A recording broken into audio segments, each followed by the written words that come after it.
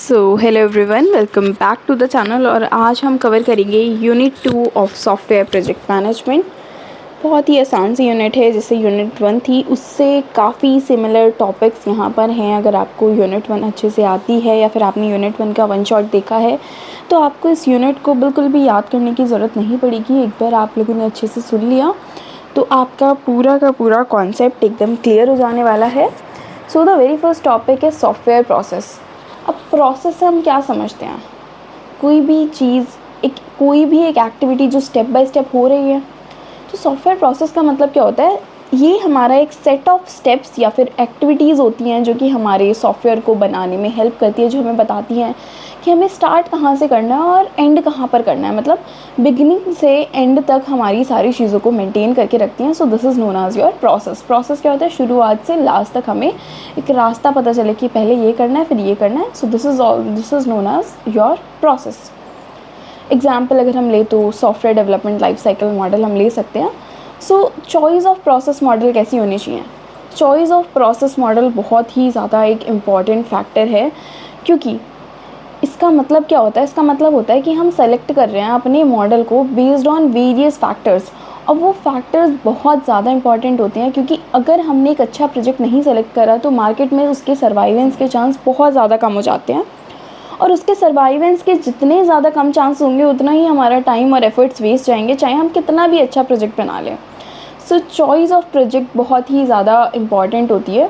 सो choice हम किस factors के बेसिस पर करते हैं? The very first factor is your project size. Project का साइज़ कैसा है? अगर प्रोजेक्ट का साइज़ छोटा है तो हमें एजाइल या फिर इंक्रीमेंटल मॉडल को यूज़ करना चाहिए। अगर प्रोजेक्ट का साइज़ हमारा बड़ा है, बड़े साइज़ के लिए वी विल प्रेफर स्पाइरल और waterfall model. And I think ये मॉडल्स आप ऑलरेडी एसी में पढ़ चुके हो, सॉफ्टवेयर इंजीनियरिंग में आपने ऑलरेडी ये मॉडल्स पढ़ लिए हैं। So the next is your requirement and stability. मतलब पहले तो हम देखेंगे प्रोजेक्ट का साइज़ कितना है, उस बेसिस पर हम एक मॉडल को चूज़ करेंगे। आफ्टर दैट रिक्वायरमेंट्स को हम देखेंगे कि भाई क्या क्या रिक्वायरमेंट है हमें इस प्रोजेक्ट को बनाने के लिए। अगर हमारी रिक्वायरमेंट्स एकदम क्लियर और फिक्स्ड होती हैं then we'll use waterfall model, क्योंकि हमारे को जो हमारा यूज़र है उससे बिल्कुल लेस इंटरेक्शन की ज़रूरत पड़ेगी, ज़्यादा इंटरेक्शन की ज़रूरत नहीं पड़ने वाली है।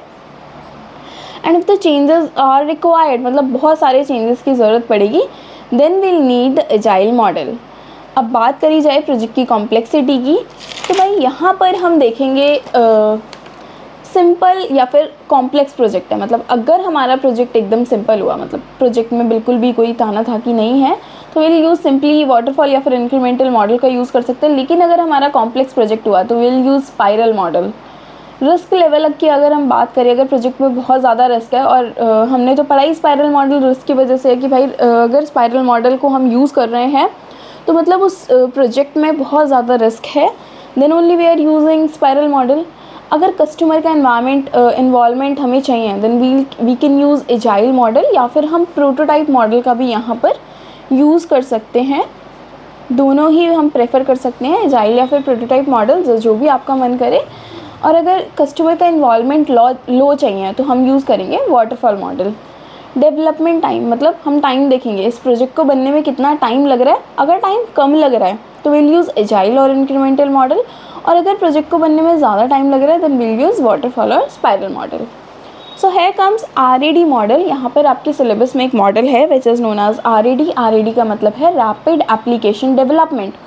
तो रैपिड एप्लीकेशन डेवलपमेंट क्या होता है? एक हमारा एक ऐसा सॉफ्टवेयर डेवलपमेंट प्रोसेस मॉडल है जो कि फास्ट डेवलपमेंट में फोकस करता है। मतलब हमारा मॉडल, इसका एम यही होता है कि हमारा जो मॉडल है वो जल्द से जल्द बन के तैयार हो जाए। तो ये काफ़ी सारे मॉडल्स का कॉम्बिनेशन होता है। तो ये किस चीज़ का यूज़ करता है? Prototyping, reusability component, continuous user feedback, इन 3 चीज़ों का ये बहुत ज़्यादा यूज़ करता है। And it is mainly used when requirements are well understood. तो इसे हम जब भी यूज़ करते हैं जब हमें रिक्वायरमेंट्स एकदम क्लियर हैं कि भाई हमें ये चीज़ें बनानी है। तो इसके अंदर हमारे पास 3 मेन पार्ट्स आते हैं। पहला parallel development phase, then integration phase and then final testing phase. इसे एक डायग्राम से समझते हैं। देखो थ्योरी आपको नोट्स में मिल जाएगी, मैं इसकी पूरी थ्योरी आपको एक डायग्राम के थ्रू समझाने वाली हूँ इस पूरे मॉडल को। RAD मॉडल का मतलब क्या होता है? फॉर एग्जाम्पल आपके पास एक कस्टमर आया। अब कस्टमर ने बोला कि भाई मेरे को एक वेबसाइट चाहिए, और मेरी को एक ई-कॉमर्स वेबसाइट, उसने बोल दिया कि मेरे को एक शॉपिंग वेबसाइट चाहिए, उसके अंदर मेंस का सेक्शन होना चाहिए, एक फ़ीमेल सेक्शन होना चाहिए, एक एसेसरीज़ होनी चाहिए। तो मतलब हमें इस प्रोजेक्ट को बनाने में भी काफ़ी ज़्यादा टाइम लग जाए, क्योंकि एक बहुत ही वास्ट प्रोजेक्ट है और उसके अंदर काफ़ी ज़्यादा डिटेलिंग है। तो हम क्या करेंगे, कस्टमर ने हमें अपनी जो रिक्वायरमेंट्स थी बहुत अच्छी तरीके से वेल एंड गुड मैनर में डिस्क्राइब करी है। मतलब कस्टमर ने बता दिया हमें कि क्या क्या चीज़ें, कैसे कैसे उसे वो चीज़ें चाहिए। कस्टमर की रिक्वायरमेंट्स एकदम क्लियर है, हमें पता है क्या चीज़ चाहिए एग्जैक्टली। मैंने पहले ही बोला था आरएडी मॉडल को हम तब यूज़ करते हैं जब कस्टमर की रिक्वायरमेंट एकदम वेल एंड क्लियर हो। तो कस्टमर की रिक्वायरमेंट अब एकदम क्लियर है। अब इतने बड़े मॉडल को हमें बनाना है, लेकिन हम कम टाइम में बनाने की श्योरिटी देते हैं आरएडी मॉडल में। तो हम क्या करेंगे, जैसे कि मैंने पहले बताया था, एक वुमेन सेक्शन होगा, एक फीमेल सेक्शन होगा, एक मेल सेक्शन होगा और एक एसेसरीज़ का सेशन हमारे कस्टमर ने बोला है हमें बनाने के लिए। मैं एक एग्जांपल के थ्रू आप लोगों को समझा रही हूँ, ज़रूरी नहीं है कि यही वेबसाइट बनाने को बोले कोई कस्टमर। सो हम क्या करेंगे, अपने जो भी हमारा प्रोजेक्ट है उसे 3 मॉडल्स में ब्रेक कर लेंगे। पहला मॉडल हमारा फीमेल वाला हम दे देते हैं कि भैया एक टीम हम बैठा देंगे जो कि फ़ीमेल वाला सेशन पूरा बनाएगी, एक हमारा मेल वाला इंटीग्रेट कर रही है, तीसरा हमारा एसेसरीज़ वाला इंटीग्रेट कर रही है। या फिर एक और टीम हम बैठा सकते हैं जो कि हमारी एक्सटर्नल फीचर्स को देख रही है। तो हमने क्या करा, अपने प्रोजेक्ट को मॉड्यूल्स में डिवाइड कर दिया। जो भी हमारा प्रोजेक्ट होगा उसे मॉड्यूल्स में डिवाइड कर दिया। हर एक मॉड्यूल के लिए हम एक टीम बिठाएंगे जिसमें कि रिक्वायरमेंट एनालिसिस होगी। जिसको भी जो मॉड्यूल मिला होगा वो उस चीज़ को रिक्वायरमेंट एनालिसिस करेगा, मतलब क्या क्या चीज़ उसे चाहिए, किस किस चीज़ों की उसे रिक्वायरमेंट है। आफ्टर दैट रिक्वायरमेंट के बाद वो कस्टमर का इवैल्यूएशन लेगा, मतलब छोटा सा कस्टमर से और जानकारी लेगा कि भाई क्या ये चीज़ें थी। एक छोटा सा प्रोटोटाइप बनाने के बाद, मतलब कस्टमर से पूछने के बाद उसने एक छोटा सा एग्जाम्पल यूआई बना दिया। कस्टमर से इवैल्यूएट करा कि भाई क्या मैं जो बना रहा हूँ इस टाइप का ही आपको कुछ चाहिए। कस्टमर ने हाँ बोल दिया तो हम कंस्ट्रक्ट करने लग जाएंगे, और अगर कस्टमर ने कुछ इंप्रूवमेंट बताए तो इंप्रूवमेंट करने के बाद हम उसे कंस्ट्रक्ट करने लग जाएंगे, मतलब उसके अंदर कोडिंग और इम्प्लीमेंटेशन करने लग जाएंगे। एंड इन योर कटओवर का मतलब क्या है, जो भी हमने कोडिंग और वो करा है, अपना इम्प्लीमेंटेशन करा है, उसे प्रॉपर टेस्ट करेंगे कि ये जो हमारा मॉडल है ये सही से काम कर रहा है या फिर नहीं कर रहा है। सिमिलर वे में हमारे सारे मॉडल्स एक ही टाइम पर बन के तैयार हो जाएंगे, क्योंकि सारे मॉडल्स को हमने एक ही टाइम दे रखा है, टाइम लिमिट हमने सबको सेम दिया है। एक ही टाइम पर हमारे सारे मॉडल्स बनकर आ गए। उसके बाद हमने क्या करना है, क्योंकि हम जब ऐप देखते हैं उसमें तो हमें सारे फीचर्स एक साथ दिखते हैं, उसमें तो हमें अलग अलग मॉड्यूल्स नहीं दिखते, एक ही ऐप के अंदर तीनों सेक्शन दिखते हैं। हमें क्या कराना पड़ेगा, इन चीज़ों को इंटीग्रेट। अब ये तीनों मॉडल्स हो जाएंगे, मॉड्यूल्स हो जाएंगे एक दूसरे से इंटीग्रेट, मतलब एक ही सिस्टम के अंदर ये चीज़ें आ जाएंगी। अब तीनों चीज़ें, वैसे तो प्रॉपर टेस्टिंग होकर आई हैं तीनों चीज़ें, लेकिन मे बी इंटीग्रेशन के बाद कोई एरर आ जाए या बग आ जाए, तो हमें इंटीग्रेशन के बाद भी एक टेस्टिंग की ज़रूरत होगी। तो फाइनल इंटीग्रेशन के बाद हम करते हैं एक टेस्टिंग कैसे, कि या तो हम अल्फ़ा टेस्टिंग कर सकते हैं या बीटा कर सकते हैं या फिर एक्सेप्टेंस टेस्टिंग कर सकते हैं। सो अल्फ़ा टेस्टिंग का मतलब क्या होता है कि हमारी जो टीम मेंबर्स हैं, मतलब जिसने मॉड्यूल्स वगैरह बनाया उनके थ्रू ही, जो भी हमारा स्टाफ था उनसे ही हम टेस्टिंग करा लें। बीटा टेस्टिंग का मतलब है जो भी हमारे यूज़र फ्रेंडली डेवलपर्स होते हैं उनसे हम टेस्टिंग करा रहे हैं। अगला आता है हमारा एक्सेप्टेंस टेस्टिंग का मतलब है जो हमारा कस्टमर है जिसने ये प्रोजेक्ट बनाने के लिए दिया है, हम डायरेक्ट उसी से ही ये चीज़ें टेस्ट आउट करा रहे हैं। तो वही है पहला पैरेलल डेवलपमेंट प्रोसेस है। इसके अंदर ये 4 फेजेस जो मैंने आपको यहाँ पर एक्सप्लेन करे हैं, वही थ्योरी लिखी है, नोट्स आपको मिल जाएंगे डिस्क्रिप्शन में, एक बार रीड आउट कर लेना थ्योरी को। सो नेक्स्ट इज़ योर उसके बाद हमारा आता है इसका एडवांटेज में क्या है कि भाई डेवलपमेंट हमारी फास्ट हो रही है। हमने भी देख लिया, इतना बड़ा हमारा मॉड्यूल था, इतना बड़ा हमारा प्रोजेक्ट था, हमने छोटे छोटे मॉड्यूल्स में ब्रेक करा और फटाफट दे दिया बना के। तो टाइम हमारा बच गया, टाइम हमारा कम लगा, क्योंकि बहुत सारी मल्टीपल टीम्स एक साथ काम कर रही थी, जिससे कि हमारा टाइम रिड्यूस हो गया। यूज़र का इन्वॉल्वमेंट यहाँ पर है क्योंकि हम चेंजेस को कर पा रहे हैं easily. So user test the advantage early, so changes are made quickly, क्योंकि हम पीछे भी देख रहे थे कि भाई हम कस्टमर का इन्वॉल्वमेंट कर रहे हैं, कस्टमर से पूछ के ही चीज़ों को कर रहे हैं। बेटर रिस्क मैनेजमेंट, रिस्क अच्छे से मैनेज हो रहा है क्योंकि हम हर इनिशियल लेवल पर टेस्टिंग कर रहे हैं और बाद में इंटीग्रेशन के बाद भी टेस्टिंग कर रहे हैं। फ्लेक्सिबल और अडेप्टेबल का मतलब क्या है कि चेंजेस हम इजीली कर सकते हैं अपने फीडबैक के बेसिस पर। जैसे कि कस्टमर ने जो फीडबैक दिया उस बेसिस पर हम अपने प्रोजेक्ट में बहुत ही आसानी से कुछ भी चेंज कर सकते हैं। अगला मॉडल हमारा आता है डायनामिक सिस्टम डेवलपमेंट मॉडल। सो डायनामिक सिस्टम डेवलपमेंट मॉडल का मतलब क्या होता है, ये हमारा एक एजाइल सॉफ्टवेयर मॉडल है। सो it is an agile software development approach जो कि फोकस करता है हमारा रैपिड डेवलपमेंट में। मतलब अभी पीछे हमने आरएडी मॉडल पढ़ा, बस उसका एक इम्प्रूव्ड वर्जन है। इम्प्रूव्ड वर्जन कैसे है कि ये थोड़ी सी एक्स्ट्रा फंक्शनैलिटीज़ यहाँ पर डाल देता है। कॉन्टीन्यूस यूज़र इन्वॉल्वमेंट, वहाँ पे क्या हो रहा था, सिर्फ एक ही बार यूज़र का इन्वॉल्वमेंट हो रहा था, उससे एक बार फीडबैक लिया और तुरंत हम बनाने बैठ गए, लेकिन ज़्यादा बार हम उससे वो चीज़ें कन्फर्म नहीं कर रहे थे। सो उस साइकिल को रिपीट बार बार नहीं कर रहे थे। तो this is an improved version of RAD model. जितनी भी थोड़ी प्रॉब्लम्स आ रही थी हमारी RAD मॉडल में, ये सब ओवरकम कर रहा था हमारा डायनामिक सिस्टम डेवलपमेंट मॉडल। ये इंश्योर करता है कि सॉफ्टवेयर जो है वो हमारा डिलीवर हो रहा है प्रॉपर टाइम में, प्रॉपर बजट में, सारी बिजनेस की रिक्वायरमेंट्स हमारी मीट हो रही है। सो उसमें पहला स्टेप आता है हमारा feasibility study, then business study, functional model iteration, design build iteration, then implementation. तो इसके बारे में एक बार डिटेल्स में पढ़ लेते हैं, इसका क्या स्ट्रक्चर है, कैसा फ्लो है। सो पहले आता है हमारा फिजिबिलिटी स्टडी। फिजिबिलिटी का स्टडी का मतलब क्या है, हम डिटरमाइन कर रहे हैं कि हमारा जो प्रोजेक्ट है वो फिजिबल है या फिर नहीं, मतलब वो जो प्रोजेक्ट हम बना रहे हैं वो प्रैक्टिकली पॉसिबल है, इतनी टेक्नोलॉजी हमारे पास है, इतना पैसा हमारे पास है, जिस प्रोजेक्ट को हम बना रहे हैं क्या हम उसे बना पाएंगे। It also identifies the scopes and the risk of the project. हमारा जो प्रोजेक्ट है उसके रिस्क को आइडेंटिफाई करेगा, उसके स्कोप को आइडेंटिफाई करेगा। After that business study.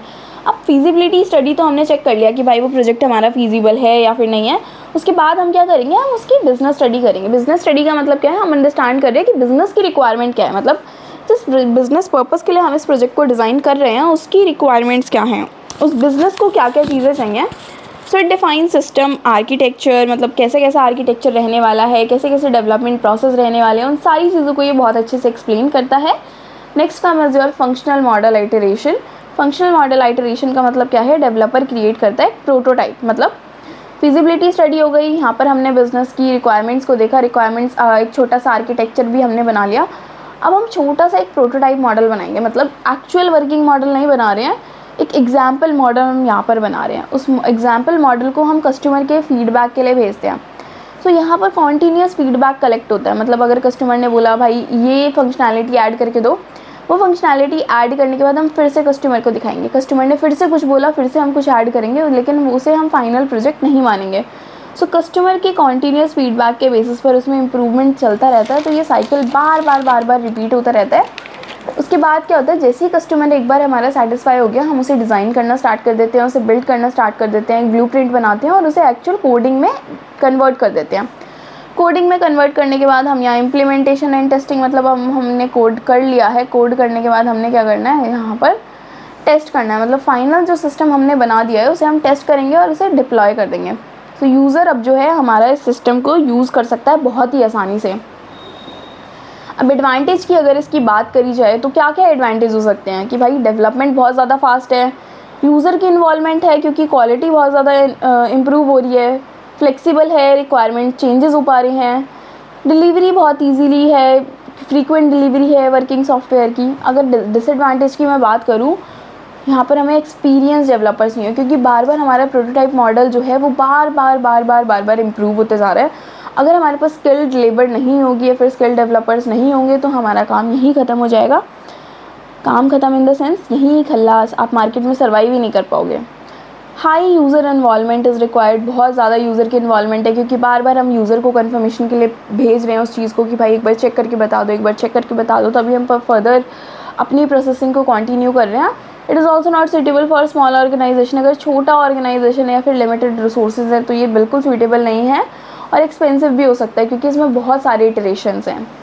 Next comes is your extreme programming. Extreme programming क्या है, हमारा एक एजाइल सॉफ्टवेयर डेवलपमेंट मेथड है जो फोकस करता है हाई क्वालिटी सॉफ्टवेयर और कॉन्टीन्यूस फीडबैक पर। मतलब जो भी हमारा सॉफ्टवेयर बनेगा ये फोकस करता है कि भाई जो हम सॉफ्टवेयर बना रहे हैं वो बहुत ही ज़्यादा हाई क्वालिटी का होना चाहिए, कॉन्टीन्यूस उसमें फीडबैक आना चाहिए, टीम वर्क होना चाहिए, फ्रीक्वेंटली वो रिलीज़ होना चाहिए। तो ये किसने बनाया था, ये बनाया था केंट बेक ने 1990s में। किसने बनाया था, केंट बेक ने। अब हम इसे एक्सट्रीम क्यों बोलते हैं भाई, ठीक है एक्सट्रीम प्रोग्रामिंग आप कर रहे हो, बट इसे एक्सट्रीम क्यों बोला जा रहा है, इसे एक्सट्रीम इसलिए बोलते हैं क्योंकि ये बहुत ज़्यादा गुड प्रोग्रामिंग प्रैक्टिसेस को यूज़ करता है और उन्हें अप्लाई करता है ताकि हमारी जो डेवलपमेंट है वो बहुत अच्छे से हो पाए। अब इसके क्या क्या की फीचर्स हैं, पहला की फीचर हमारा आता है फ्रीक्वेंट रिलीज़, मतलब जल्दी जल्दी चीज़ों को रिलीज़ करना। Next is your customer involvement. Customer का इन्वॉल्वमेंट यहाँ पर बहुत ज़्यादा होता है ताकि हमारा जो प्रोजेक्ट है, फाइनल प्रोजेक्ट, वो यूज़र की एक्सपेक्टेशन से बिल्कुल हाईली मीटअप करना चाहिए। नेक्स्ट हमारा आता है कॉन्टीन्यूस टेस्टिंग, मतलब जो भी हम प्रोजेक्ट बना रहे हैं उसकी टेस्टिंग एकदम कॉन्टीन्यूसली हो, मतलब उसकी टेस्टिंग बीच में कहीं भी रुके ना, इंटरप्शन ना आए। मतलब अगर हमने एक मॉड्यूल बनाया तो प्रॉपर उसकी टेस्टिंग हो, इंटीग्रेशन हमने करा है तो उसकी इंटीग्रेशन भी प्रॉपर हो, उसके बाद प्रॉपर टेस्टिंग हो, जितने भी लेवल्स ऑफ टेस्टिंग है सारे टेस्टिंग होने चाहिए।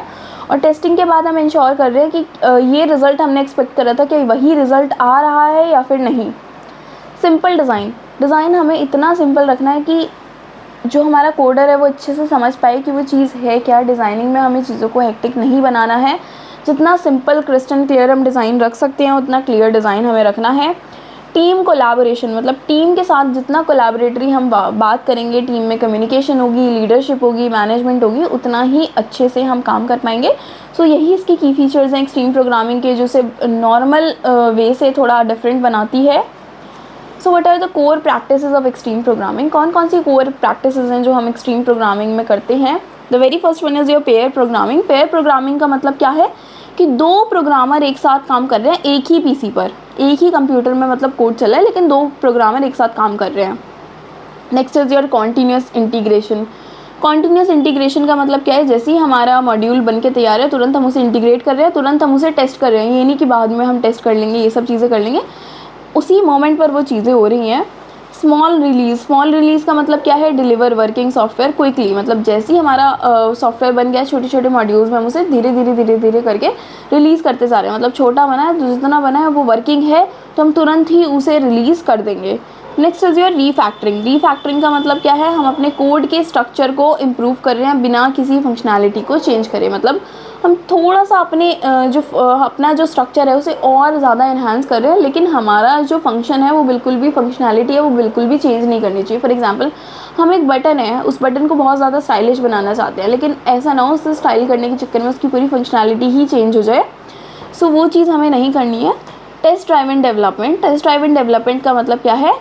टेस्ट हमारे लिखे जाते हैं बिफोर राइटिंग द कोड। इसका मतलब क्या है? हम ऑलरेडी लिख रहे हैं कि जब हमारा प्रोजेक्ट बन जाएगा तो हमें किस तरीके से उसे टेस्ट करना है, टेस्ट करने के बाद क्या क्या चीज़ें हमारे पास आनी चाहिए, कैसा रिजल्ट हमारे पास आना चाहिए।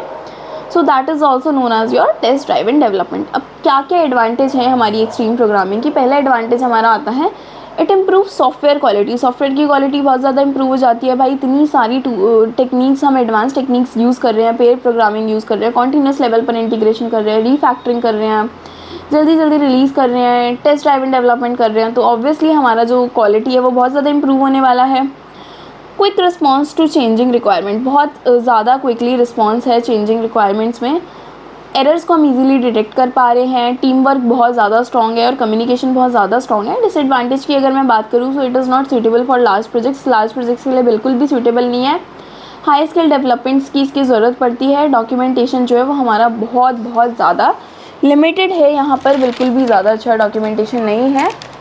नेक्स्ट टॉपिक हमारा आता है managing iterative processes.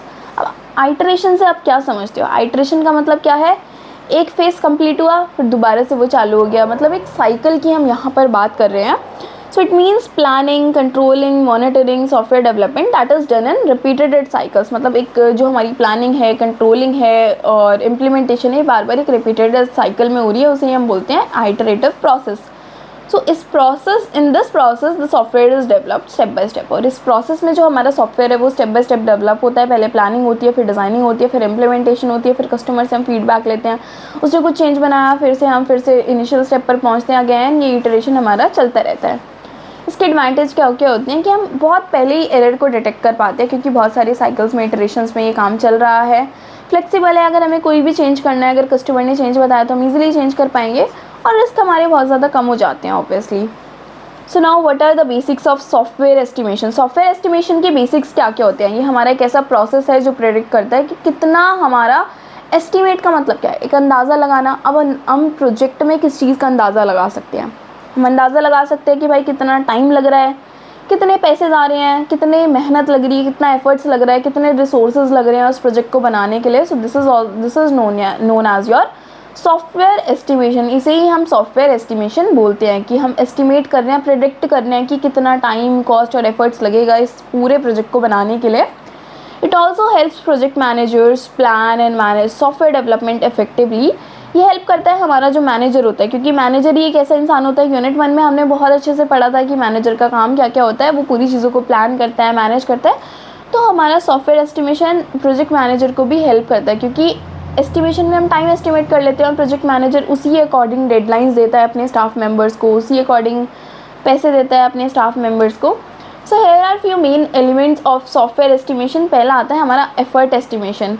Effort estimation क्या है, कितना काम हम अपने सॉफ्टवेयर डेवलपर से करवाने वाले हैं, कितने एफर्ट्स हमारे जाएंगे। सो it is usually measured in person house, person day, person hours, person day, person month. मतलब या तो हम अगर वो थोड़ा ही काम है, एक दिन का काम है, तो हम पर पर्सन पर आवर हम ऐसे कैलकुलेट कर लेते हैं, या फिर एक इंसान ने एक दिन में कितना काम करा, एक इंसान ने एक महीने में कितना काम करा। इस तरीके से अगर वो छोटा प्रोजेक्ट है तो हम पर आवर्स देखते हैं, थोड़ा और बड़ा प्रोजेक्ट है तो हम डे वाइज देखते हैं, और अगर बहुत ही ज़्यादा बड़ा प्रोजेक्ट है तो हम देखेंगे मंथ में इस पर्सन ने कितना काम करा। फॉर एग्जाम्पल, अब प्रोजेक्ट में रिक्वायर्ड 10 डेवलपर्स फॉर 3 मंथ्स, तो हम क्या यहाँ पर देख सकते हैं कि एक प्रोजेक्ट है जिसमें कि 10 डेवलपर्स की ज़रूरत है 3 महीने के लिए। नेक्स्ट हमारा आता है टाइम एस्टिमेशन। टाइम एस्टिमेशन का मतलब क्या है, हम यहाँ पर टाइम एस्टिमेट कर रहे हैं कि टोटल टाइम हमें कितना लगेगा इस पूरे प्रोजेक्ट को कंप्लीट होने में। फॉर एग्जाम्पल, हम मोबाइल एप्लीकेशन में take 4 to 5 months to complete. एक मोबाइल एप्लीकेशन हम बना रहे हो, 4 से महीने लगा रही है, 4 से 5 महीने लगा रही है कंप्लीट होने में। नेक्स्ट हमारा आता है कॉस्ट एस्टिमेशन। कॉस्ट एस्टिमेशन का मतलब क्या है, here we calculate the total cost of software development. हम पूरी जो भी हमारी कॉस्ट होती है सॉफ्टवेयर डेवलपमेंट की, हम उसे कैलकुलेट करते हैं। एग्जाम्पल आपका सैलरी हो गई, टूल्स या फिर सॉफ्टवेयर हो गए, कोई भी हार्डवेयर रिसोर्सेज हो गया। Next is your resource estimation. Resource estimation में हम क्या करते हैं, हम डिटरमाइन कर रहे हैं कि भाई कितने नंबर ऑफ़ डेवलपर्स हमें चाहिए, रिसोर्स कितनी चीज़ें हमें चाहिए। अब रिसोर्स में यहाँ पर क्या होगा, हमारी कितने डेवलपर्स हमें चाहिए, कितने टेस्टर्स हमें चाहिए, कौन कौन से टूल्स चाहिए जिन पे हम एक्चुअली कोडिंग करने वाले हैं, जिनसे हम टेस्टिंग करने वाले हैं। सो रिसोर्स कम्स अंडर दैट। तो क्या क्या चीज़ें हम एस्टिमेट करते हैं, cost, time, resources and one more thing which is your efforts. हम एफ़र्ट्स भी देखते हैं कि भाई इस इंसान के कितने एफ़र्ट्स लग रहे हैं, वो कितने बंदे हमें चाहिए, क्योंकि एफ़र्ट्स के बेसिस पर ही हम देखेंगे कि हमें कितने लोग चाहिए। टाइम भी हम यहाँ पर देखेंगे, तभी हम उस हिसाब से अपने लोगों को टाइम दे पाएंगे। कॉस्ट हम देखेंगे तभी हम सैलरी दे पाएंगे। रिसोर्सेज को हम देखेंगे कि कितना रिसोर्स हमारे पास है, कितना रिसोर्स हमें और अरेंज करना है। नेक्स्ट आ रही है मेथड्स ऑफ सॉफ्टवेयर एस्टिमेशन। कौन कौन से मेथड्स हैं, हम सॉफ्टवेयर एस्टिमेट किस बेसिस पर करते हैं, कौन कौन से मेथड्स को यूज़ करके। The very first one is your expert judgement. मतलब जो एक्सपीरियंस डेवलपर्स होते हैं वो इन चीज़ों को जज करते हैं, देखते हैं, फिर उसके बाद एस्टिमेट करते हैं। Next is your analogous estimation. Analogous estimation क्या करता है, हमारे पास्ट रिकॉर्ड्स को देखता है कि भाई अगर कोई प्रोजेक्ट आता है तो पहले पास्ट में क्या हुआ था, सिमिलर वे में हम यही चीज़ें करने वाले हैं यहाँ पर। Next come is your algorithm model. यहाँ पर हम मैथमेटिकल फार्मूलाज को यूज़ करते हैं, जैसे कि हमारा कोकोमो हो गया, आगे हम फर्दर इस कोकोमो को पढ़ने वाले हैं। Next is your top down estimation. Top down estimation का मतलब क्या है, हमने पूरा प्रोजेक्ट एक बार एस्टिमेट करा, फिर उसे छोटे छोटे टास्क में डिवाइड कर दिया। बॉटम अप एस्टिमेशन का मतलब क्या है, छोटे छोटे टास्क को हमने पहले एस्टिमेट करा और उसके बाद सारे हमने टास्क को एक साथ कंबाइन कर दिया। So this is known as your bottom up estimation. So here comes the factors which affect the software estimation. कौन कौन से ऐसे फैक्टर्स हैं जो सॉफ्टवेयर एस्टिमेशन को अफेक्ट करते हैं। सबसे पहला प्रोजेक्ट का साइज़। प्रोजेक्ट का साइज़ क्या होगा, उस बेसिस पर हमारे को सॉफ्टवेयर एस्टिमेशन पता चलेगा। अगर बड़ा प्रोजेक्ट है तो हमें ज़्यादा टाइम लगेगा, ज़्यादा कॉस्ट लगेगी। अगर छोटा प्रोजेक्ट है तो हमें कम पैसे और कम कॉस्ट लगने वाली है या फिर कम टाइम लगने वाला है। कॉम्प्लेक्सिटी ऑफ द सिस्टम, मतलब अगर मान लो प्रोजेक्ट छोटा ही है लेकिन वो बहुत ज़्यादा कॉम्प्लेक्स है, उस बेसिस पर भी हम सॉफ्टवेयर एस्टिमेशन में फ़र्क आ जाएगा, और टाइम और कॉस्ट में, और हमारी जो लेबर्स हैं या फिर एफर्ट्स कितने लग रहे हैं उस बेसिस पर हमारी चेंजेस आ जाएंगे। डेवलपर्स एक्सपीरियंस, मतलब अगर कोई प्रोजेक्ट है हमें बनवाना है तो डेवलपर्स के एक्सपीरियंस के बेस पर भी वो इम्पैक्ट डालता है कि भाई अगर वो एक्सपीरियंस डेवलपर है तो शायद जल्दी बना दे, अगर वो कोई फ्रेशर ही है तो उसे काफ़ी टाइम लग सकता है उस सेम चीज़ को बनाने के लिए। टेक्नोलॉजी यूज़, कौन कौन सी टेक्नोलॉजी हमें यूज़ करनी है, हमारे पास वो टेक्नोलॉजी है भी या फिर नहीं। Next is your availability of resources, कि भाई जो रिसोर्सेज हमें चाहिए क्या हमारे पास वो रिसोर्सेज अवेलेबल हैं या फिर नहीं है। So now importance of software estimation. अब सॉफ्टवेयर एस्टिमेशन क्यों इम्पॉर्टेंट है, because it helps in project planning. Project planning में बहुत ज़्यादा हेल्प करता है। It also control cost and schedule, हमारी जितनी भी कॉस्ट है, जितना भी हमारा टाइम है, उस पूरे को अच्छे से मैनेज कर लेता है, शेड्यूल कर देता है। It also improves regular resource management, हमारी जो रिसोर्स की मैनेजमेंट होती है, मतलब कैसे कैसे हमें रिसोर्स इकट्ठा करना है, कैसे कैसे चीज़ों को मैनेज करना है, उन सबको ये इम्प्रूव कर देता है। It also reduces the project risk, project के जितने भी रिस्क होते हैं उन सबको ये रिड्यूस कर देता है। So the next topic is cosmic full function point. Cosmic क्या होता है? Cosmic stand for common software measurement international consortium. तो ये क्या होता है? हमारा एक ऐसा मेजरमेंट टेक्निक है, मतलब ये क्या है? It is a software size measurement method जो क्या मेजर करता है? फंक्शन का साइज़ क्या है, जो भी हमारा फंक्शन है उसका टोटल साइज़ क्या है, based on their data moments between the system and its user of other system. मतलब डेटा मोमेंट्स के बेसिस पर उसका फंक्शन साइज़ एस्टिमेट करता है, that is known as your cosmic function. तो ये क्या क्या चीज़ें यूज़ करता है? सॉफ्टवेयर कॉस्ट एस्टिमेशन, प्रोजेक्ट की प्लानिंग, प्रोजेक्ट की प्रोडक्टिविटी मेजरमेंट। अब इसका बेसिक आइडिया क्या होता है? ये है कि rather than calculating the size on the basis of lines of code, it calculate on the basis of data moments. So we have various type of data moments. कौन कौन से डेटा मोमेंट्स हैं जो कॉस्मिक फंक्शंस में काम आते हैं? The very first one is your entry. Entry का मतलब क्या है? डेटा मोमेंट जो भी हमारे एंटर करते हैं, मतलब जो भी हम इनपुट दे रहे हैं, जो भी चीज़ें हम डेटा में डाल रहे हैं, what are our entries, those are known as your entry. मतलब डेटा मोमेंट जो यूज़र डाल रहा है। एग्जाम्पल, यूज़र ने एंटर करा अपना यूज़र नेम या फिर पासवर्ड। एग्जिट क्या होता है? डेटा जो मूव कर रहा है from software system to the external software. मतलब जो लॉगिन करने के बाद जो चीज़ें सक्सेस मैसेज प्रिंट होकर आ रहा है, that is known as your exit, मतलब आउटपुट। एंट्री मतलब इनपुट एंड एग्जिट मतलब आउटपुट। रीड का मतलब क्या है? जो दूसरे डेटा बेसिस से चीज़ ली गई है, that is known as your read. Example, system reads user data from the data base. Write क्या है? जो इंटरनल स्टोरेज में चीज़ें लिखी जा रही हैं। फॉर एग्जाम्पल, हमारी जो नई रजिस्ट्रेशन डिटेल है वो हमने सेव कर दी। अब कॉस्मिक का साइज़ क्या होता है? जो भी हमने एंट्री, एग्जिट, रीड, राइट अभी चीज़ें पढ़ी हैं, इन सब का addition. So this is the diagram. अगर एग्जाम में आता है तो ये डायग्राम बनाकर आना है कॉस्मिक के साथ। इसके एडवांटेज क्या होते हैं कि भाई बहुत इजी टू अंडरस्टैंड होता है, बहुत अच्छे से काम करता है मॉडर्न सॉफ्टवेयर इंजीनियरिंग के साथ, और किसी भी टेक्नोलॉजी के ऊपर डिपेंडेंट नहीं है, क्योंकि ये लाइंस ऑफ कोड पर ज़्यादा फ़र्क करता नहीं है। किसी भी हम टेक्नोलॉजी पे लिखें, इट डजंट वैरी और it doesn't matters a lot. It is suitable for real time and embedded system. Real time और एम्बेडेड सिस्टम के लिए बहुत ज़्यादा सुटेबल होता है, बहुत ज़्यादा एक्यूरेट होता है, ट्रेडिशनल मेथड से बहुत ही ज़्यादा एक्यूरेट होता है। अब इसके डिसएडवांटेज क्या है कि भाई इसमें प्रॉपर ट्रेनिंग चाहिए होती है, बहुत ज़्यादा वाइडली यूज़ होता है स्मॉल ऑर्गेनाइजेशन में, और मेजरमेंट जो है वो हमारी not widely use in small organisation. छोटी छोटी ऑर्गेनाइजेशंस में यूज़ नहीं होता ज़्यादातर, और बहुत ज़्यादा इसकी जो मेजरमेंट है टाइम कंज्यूमिंग हो सकती है। तो इसका एक न्यूमेरिकल है फंक्शन पॉइंट का, जो कि हम डिटेल में एक्सप्लेन करेंगे। मैंने एक न्यूमेरिकल की वीडियो बनाई है, आप उसे जाके देखिए, उसमें सारे टाइप के न्यूमेरिकल्स मिलेंगे फ्रॉम यूनिट 1 टू यूनिट 5। मैंने हर टाइप के न्यूमेरिकल कवर कराया है, तो फंक्शन पॉइंट का और लाइन ऑफ कोड का न्यूमेरिकल है वहाँ पर। The next topic is your COCOMO 2, जिसे हम एक पैरामेट्रिक प्रोडक्टिविटी मॉडल बोलते हैं। So it is used for estimating the cost. COCOMO model हम किस लिए यूज़ करते हैं? कॉस्ट को एस्टिमेट करने के लिए, कि कितना हमारा टाइम लगा है, कितने एफर्ट्स लगे हैं। ये किसने डेवलप करा था? बैरी बोहेम ने डेवलप करा था as an importance over the original COCOMO model. मतलब एक एडवांस वर्जन था कोकोमो मॉडल का ये। पैरामेट्रिक मॉडल का मतलब क्या होता है? हमारी जो एस्टिमेशन है वो कंप्लीट हो गई है यूजिंग आर मैथमेटिकल इक्वेशन। तो मतलब जो भी यहाँ पर कैलकुलेशन होती है वो एक मैथमेटिकल इक्वेशन के बेसिस पर होती हैं, such as your software size, complexity, team की कैपेबिलिटी कितनी है। तो बेसिक आइडिया क्या है कोकोमो मॉडल का? इसका बेसिक आइडिया यही है कि it estimate the effort needed to develop software based on the size of the software project. मतलब कि जो साइज़ है सॉफ्टवेयर का, उस बेसिस पर हम उसके एफर्ट्स को कैलकुलेट करते हैं। मतलब जितना बड़ा प्रोजेक्ट है उतने ही उसमें एफर्ट्स लग रहे होंगे, तो साइज़ के बेसिस पर हम यहाँ पर एफर्ट्स निकालते हैं। सो कोकोमो मॉडल का स्ट्रक्चर जो है वो 3 मॉडल्स में हमने डिवाइड करा हुआ है। वो 3 मॉडल्स कौन कौन से हैं? सबसे पहला मॉडल हमारा आता है application composition model. Application composition model का मतलब क्या है? ये हमारा अर्ली प्रोटोटाइपिंग और रैपिड डेवलपमेंट में यूज़ होता है। It is based on object points such as screen, reports and components. तो बेसिकली एप्लीकेशन कंपोनेंट मॉडल हम कब यूज़ करते हैं? प्रोटोटाइपिंग के टाइप, या फिर हमारा रैपिड डेवलपमेंट जो प्रोजेक्ट्स होते हैं, रैपिड एप्लीकेशन डेवलपमेंट प्रोजेक्ट्स होते हैं, मतलब जो जल्दी डिलीवर करने होते हैं, there we use this type of model of Kokomo.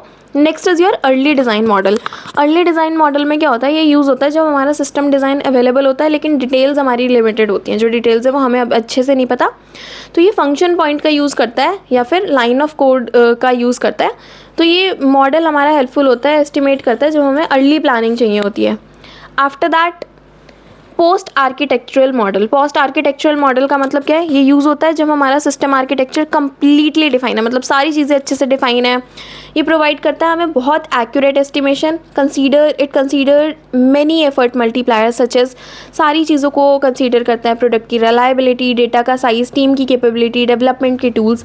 अब इसके एडवांटेज क्या है कि ये बहुत ही ज़्यादा एक्यूरेट होता है, एस्टिमेशन हमारी अच्छे से होती है देन अर्लियर, मैनेजमेंट हमारी बहुत अच्छे से होती है, बहुत ज़्यादा सूटेबल होता है for your large projects and complex projects. बहुत सारे फैक्टर्स इसके अंदर इंक्लूड होते हैं। अब इसका डिसएडवांटेज क्या है कि भाई यहाँ पर हमें बिल्कुल एक्यूरेट इनपुट डेटा चाहिए। एस्टिमेशन जो है वो बहुत डिफ़िकल्ट हो जाती है अर्ली स्टेजेस पर। इसमें बहुत अच्छे से हमें एक्सपीरियंस मैनेजमेंट चाहिए और it is also very less useful for your small projects.